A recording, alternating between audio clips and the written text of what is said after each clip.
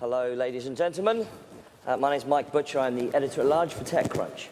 And I'm delighted to welcome Taavet Hinrikus. I apologize if my pronunciation is not so good. Transferwise, as many of you know, has become one of the first e-unicorns, shall we say, out of Europe in the financial technology space. And I think actually it's a really interesting founding story because you were the first employee at Skype. What were those early days like? It was pretty amazing. So, I mean, we were in 2003 and building Skype in the back alleys of Tallinn, Estonia. The word startup did not quite exist in the vocabulary yet. So, going from there to kind of realizing that you can be in the back streets of Tallinn and build a company which changes the world is a pretty profound experience to have. And you also have an interesting founding story at Transferwise, because you came up with the idea with your co-founder, Christo Carmen, because you were both working internationally and were frustrated about the foreign exchange costs for your salaries, which were one in Tallinn and one in London. Yeah, very true. I mean, it was during my time at Skype when I kind of realized the problem. So during my Skype journey, at one point, I moved from Tallinn to London, but I still stayed on the payroll in Estonia.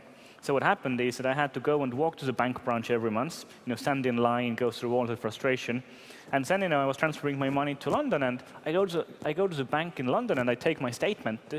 I look at the statement, and whoa. So first of all, it takes way too long for the money to arrive, sometimes 4 or 5 days.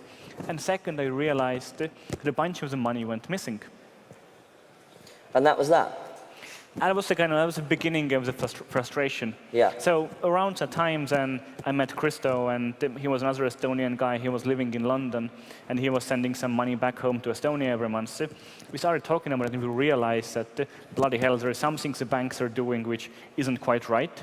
And we realized that there's no need to move the money across country borders. So next month, I transferred money from my account in Estonia to his account in Estonia, and he transferred from his account in London to my account in London. And we looked at Reuters to see the mid-market exchange rate, and boom, it worked. And the interesting thing is how you're using the internet to disrupt the fintech space or the foreign exchange space in this manner. What sort of reaction have you had from the traditional banking sector about your model? Have you had any death threats yet or anything like that? So in a way, it kind of goes back to the very kind of classic reaction. The initial reaction is, this will never work. People will never trust you. Don't worry about it. And then, as you kind of start growing, people start paying notice to you. But in case of banks, there are lots of smart people in banks, and these guys for sure realize that what happens in kind of all across financial services is a pretty wide-scale disruption.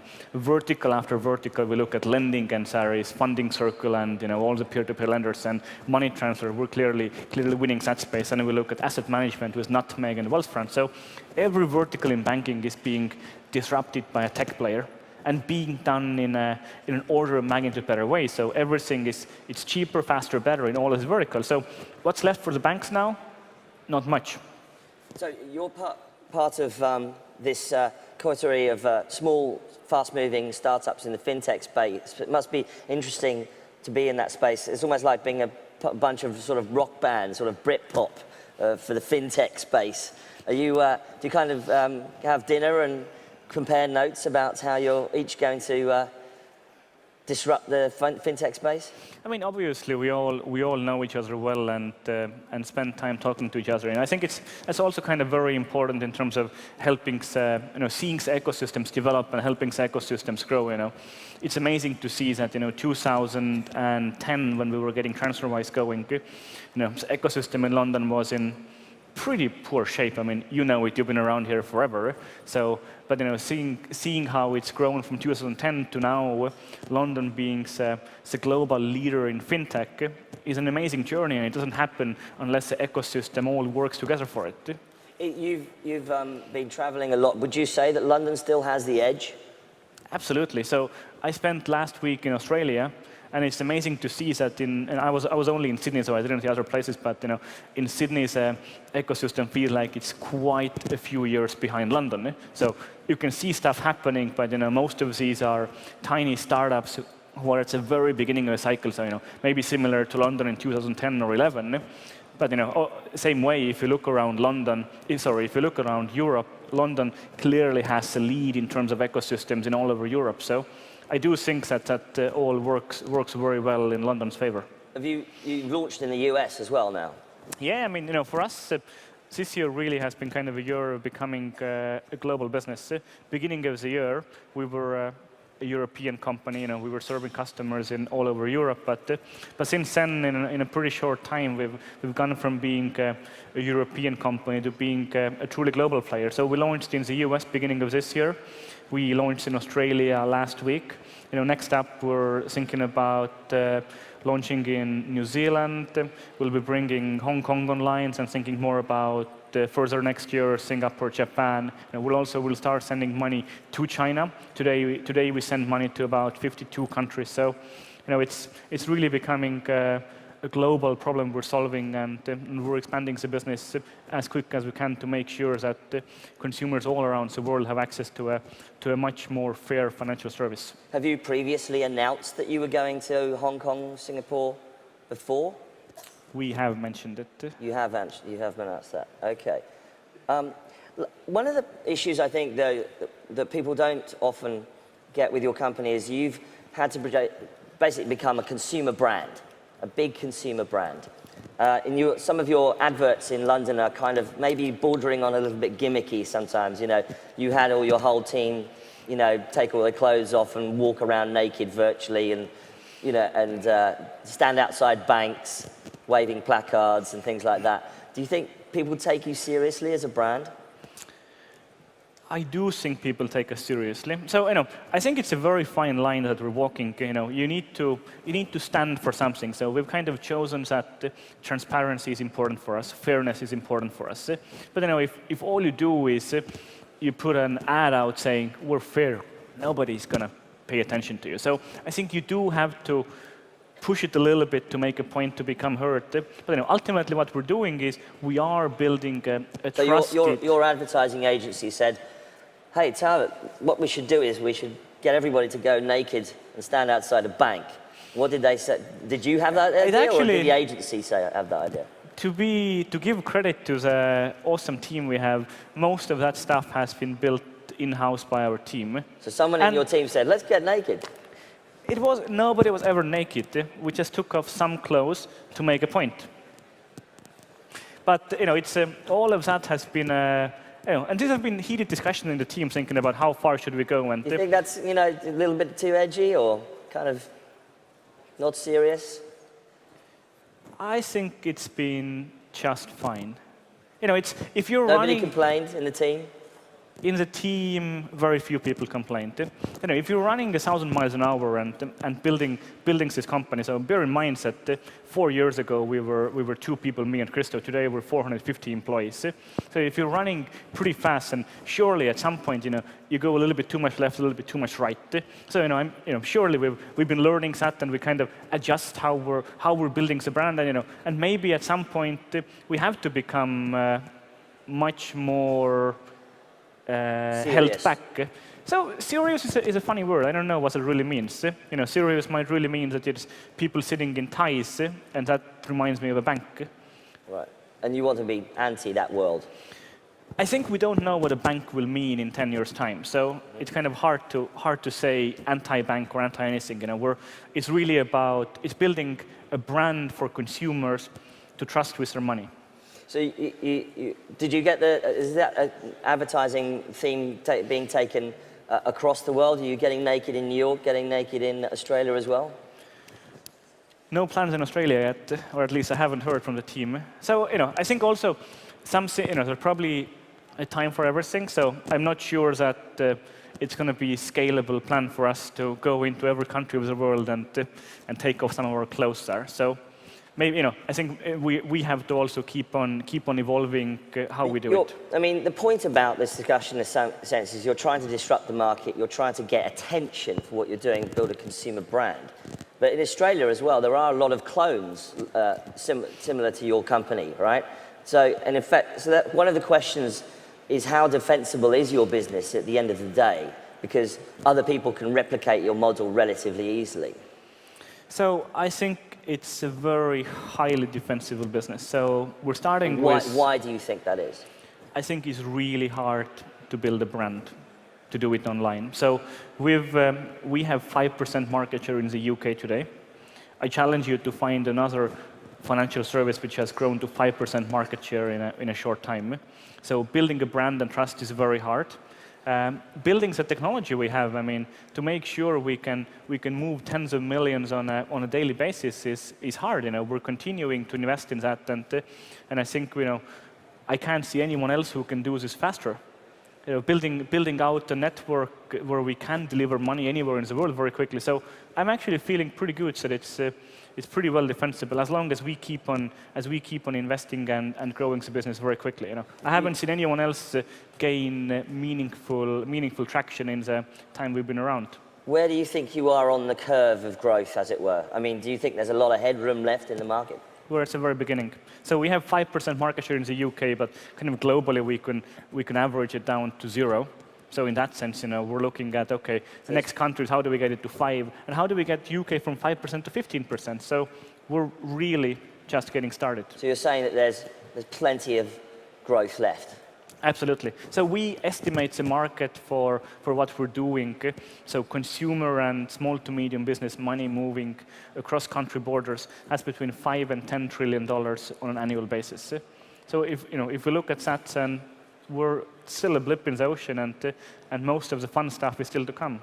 There are some bumps in the road, though, aren't there? The Advertising Standards Authority in the UK recently had some concerns about your advertising that you had to change about the cheapest fees in the marketplace. You had to do some rewording around that advertising campaign. Were you intentionally trying to kind of push the envelope with that campaign, or were you just unwittingly went into that? Well, look, Mike, we're running really fast. And as such, just sometimes we run too fast without making sure that you have all the, let's say, circuit breakers in place. So, how we use the words cheap and hidden fees, I think consumers get the point, and we haven't heard complaints from consumers. But then, if you look at some of the bodies who are standing out for the rights of consumers, they do make good points. We do have to make sure that everything we say is backed up by facts. As a matter of fact, in UK we're 8 times cheaper than a bank, so I think that does get the point across. And we're happy to work with ASA to make sure that they're happy with the way we use the word cheap as well. So that was a bump in the road to some extent. But you sorted it out. It's a small bump. It was a speed bump. Speed bump. And you also got out of the Bitcoin market. Did you kind of get bitten by the Bitcoin bubble, as it were? The trouble with Bitcoin is, we're very much a consumer-led company. So when we think about which countries do we expand next, which currencies do we start sending money to, we tend to speak to our consumers a lot. And the trouble with Bitcoin is nobody's asking for it. And so, yeah, you felt it was more like a niche market that just didn't really exist. Yeah, I think Bitcoin as a consumer currency, I think the growth of Bitcoin has probably been driven mostly by greed, kind of people thinking, oh, the value of Bitcoin can only go up. So I think we're kind of seeing that cool down, and next up we'll see what else people can figure out with blockchain. So I think that's kind of much more exciting. And let's have a little ask the audience, actually. Who here has used Transferwise? Put your hand up. Hell yeah. Actually, pretty decent number. Maybe we're pushing a third, or perhaps a quarter to a third. Is that the sort of, would you expect that kind of level of adoption? I mean, obviously it's a particular kind of audience. So, I mean, it it is a very early adopter audience, very international audience here, but seeing a People who third, travel. it's actually representative of what we know about London. So we know that a third of the people who live in London made an international transfer last year. So that's actually pretty cool that we're seeing a perfect representation in this room. You've launched in Australia, you've launched in the US, you're going to be going into Asia. You've raised a total of around $90 million so far. Your last round was from Andreessen Horowitz, $58 million. So you actually are genuinely in that unicorn level now. Do you feel there's any kind of particular pressure being at that level now? So the only pressure we have is to keep on making the world a better place. So keeping on delivering for our consumers is a pressure we have. Do you feel that you've got enough? Would you be looking to raise again next year? So, we raised 58 million from Andreessen Horowitz beginning of the year, and we're in a really good place. We have a very strong business. We have money in the bank, so the only thing we need to think about is how do we keep on growing the business? How do we look at launching new countries, bringing more currencies online? So that's what the focus is. And Peter Thiel is actually also an investor in. What's it like dealing with Peter Thiel? So he has an interesting reputation, and he's a very unusual guy. So we've put lots of effort into choosing the investors we have. So we have Peter Thiel, we have Sir Richard Branson, we have Andreessen Horowitz, so Ben and Mark. So it's a lot of people who are highly sophisticated and have a very strong sense of how they view the world. Peter, what I like about Peter is he's an incredibly focused guy. So when you meet with him, he's like, okay, so Taavet, tell me, what's the problem you have right now? And then you'll spend the next 3 hours talking about how do you solve that problem. So it is very, very interesting. Every interaction I have with Peter, and the same also goes about kind of Andreessen Horowitz folks or others. I think the key for any entrepreneur is to make sure you surround yourself with a set of people who are complementary and who also have different contrarian views amongst themselves. Because you've got Andreessen Horowitz and you've got Peter Thiel.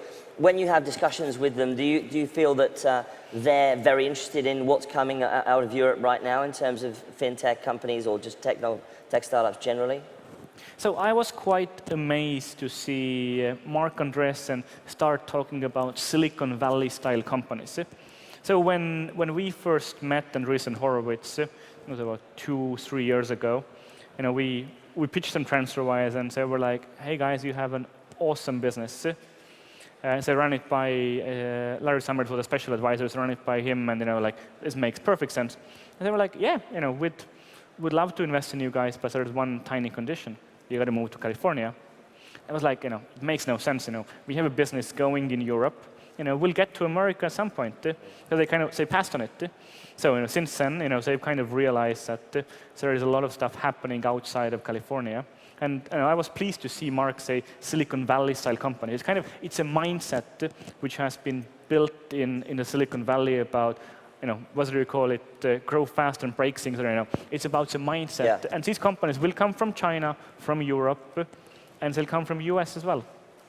Talking about the Silicon Valley mindset, and we've obviously taken that off on Europe, but there's something particular about Estonia, isn't there? I mean, you were the first employee at Skype. A lot of really interesting engineering companies come out of Estonia. What happened there? You guys got something strange in the water there, or what's going on? It's very unusual. It's only a tiny nation of only a million people, and yet some really amazing tech companies come out of there. I mean, what happened? Is there something in the education system, do you think, or? So I still think that Estonia has the highest number of startups per capita, which is pretty amazing. Okay? So what's in the waters are? I think it has to do with a couple of things. It has to do with the fact that we had to rebuild our country about 25 years ago. So when we regained independence from the Soviet Union, we started with a blank sheet of paper. So we had the luxury of thinking about how do you build up a country from scratch. We also had the luck of success stories.